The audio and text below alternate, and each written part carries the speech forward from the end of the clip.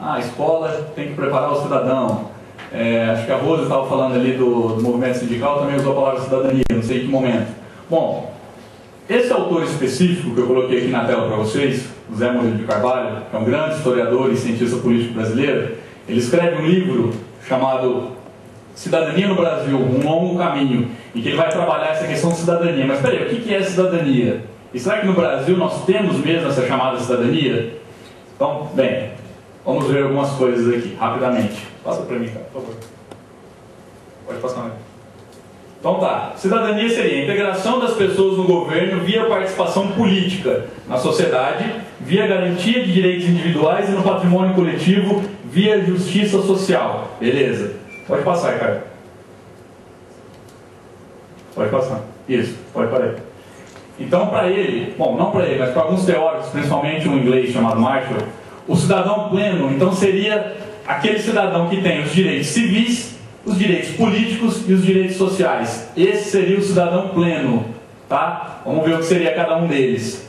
Os direitos civis: ir e vir, escolher seu trabalho, expressar seu pensamento e não ser discriminado perante a justiça.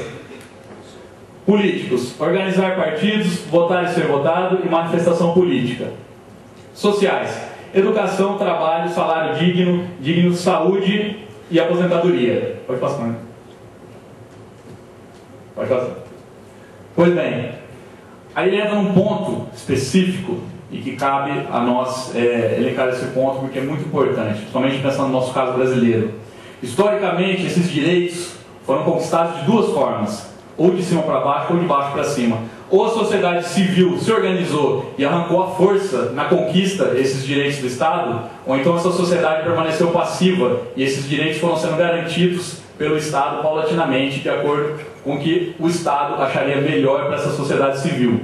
Então ele cita alguns exemplos. Por exemplo, sociedades que conseguiram esses três direitos através de conquista: a França, com a Revolução Francesa, os Estados Unidos com a independência, a própria Inglaterra com as revoluções gloriosas lá do século XVII. Bom, esses são modelos de sociedade em que a sociedade civil se organizou e conseguiu esses três direitos através da conquista. Agora, para ele, no caso brasileiro e no caso alemão, esses direitos foram ganhos pelo Estado. Ele veio de cima para baixo e não de baixo para cima. Bom, e no caso específico brasileiro, nós temos um agravante.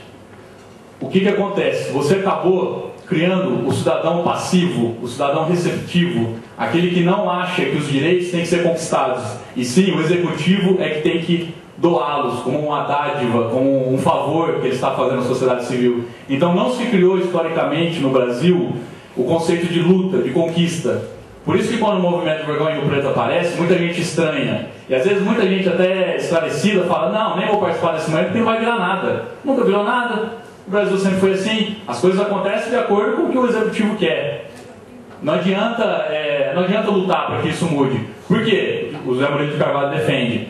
Historicamente no Brasil foi assim. Vamos pegar desde a época da colonização, depois do Império e depois da República. Todas as mudanças e todos os direitos não foram conquistados, eles foram doados. Então você acabou criando no brasileiro a ideia de que não adianta lutar. Todos esses direitos chegam do Estado através da boa vontade. Beleza, passa um.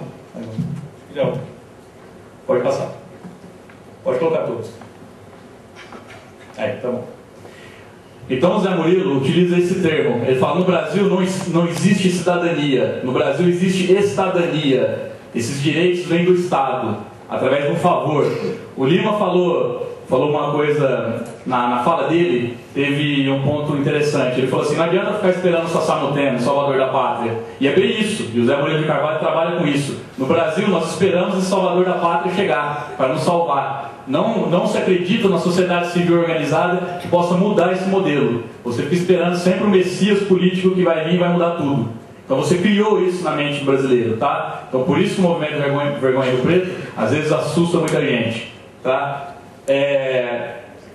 Aquilo ali é interessante, aqueles dois pontos. Você tem uma imagem, isso graças à ditadura militar e ao Getúlio Vargas, tá? Da eficácia do executivo. O executivo é o grande pai que faz tudo e que cede os direitos ao cidadão. E o legislativo caiu na descrença. Isso é uma outra coisa para a gente pensar também. quando a gente fala do prefeito, quando a gente está falando da Câmara dos Vereadores. Se eu estou falando macro, para a gente poder pensar micro, muitas vezes fecharam, o Congresso foi fechado e não houve nenhuma mobilização popular contra isso. O foco é sempre maior no Executivo do que no Legislativo. Então isso está sendo interessante, porque o movimento do Vergonha do Preto está batendo justamente no Legislativo, mas sem esquecer do Executivo. Isso também é novo na história do Brasil. Tá? São só pontos que eu estou levantando assim para a gente poder refletir e gerar aí uma polêmica. Não, pode deixar aí. Olha lá, no final. Os direitos são alcançados por meio do favor, da dádiva, e não da conquista. Então isso que eu estou dizendo. Criou no Brasil esse imaginário de que esses direitos civis, políticos e sociais. Esses três direitos não tem que ser conquistado pela luta. Não adianta a luta. Isso tem que vir do Estado, do Executivo. Então, por isso, a dificuldade em mudar. Mas, por que foi construído historicamente, então não tem mudança? Sim, lógico que tem. Isso pode ser desconstruído. Pode ser feita uma sociedade nova. E o próprio Zé Murilo de Carvalho fala, através da educação. A educação é o principal ponto. Enquanto você não trabalha na educação, enquanto não há uma reforma educacional para que isso seja mudado, isso nunca vai acontecer.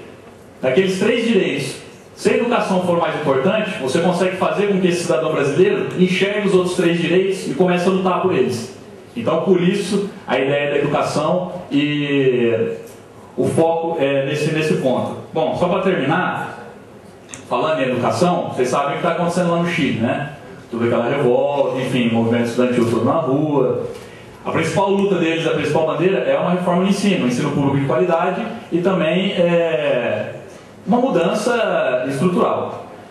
E eu, Adelino, nós temos um amigo chileno que está fazendo parte do movimento estudantil e mandou uma carta para a gente explicando o que está acontecendo hoje no Chile e também parabenizando o Vergonha no Preto. Eu mostrei alguns vídeos para ele, algumas leituras, e ele também tomou conhecimento da nossa luta.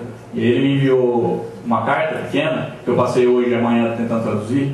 Ficou meia boca, tá? Mas acho que dá para... Então eu vou ler ela rapidamente aqui para vocês, que eu acho importante. Se eu estou falando que tem que valorizar a educação, que é isso que vai fazer com que o jovem se torne consciente dos seus direitos, então nada melhor do que perceber como está sendo a luta chilena hoje. Quer que coloque, Paulo? Quero.